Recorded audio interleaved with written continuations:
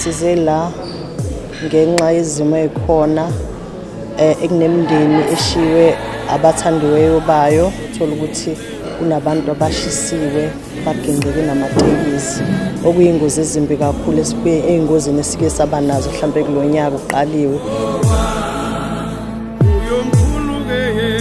Masipala weTheku kuhlangene noMameya okuyena okhona kulomkhandla umngaki Durban Metro bahlanganyele nalemndeni yonke namhlanje ehlelwe lesisehlo mhlawumbe umndeni wakaMnyendo obukhona bese kuba umndeni wakaNguse nomndeni wakaMsomo uthintekayo sifisa ukusho ukuthi njengomasipala weTheku nabafundisi bonke namakhansela sithi Mnxe sedudu alwehlangana ngehlanga.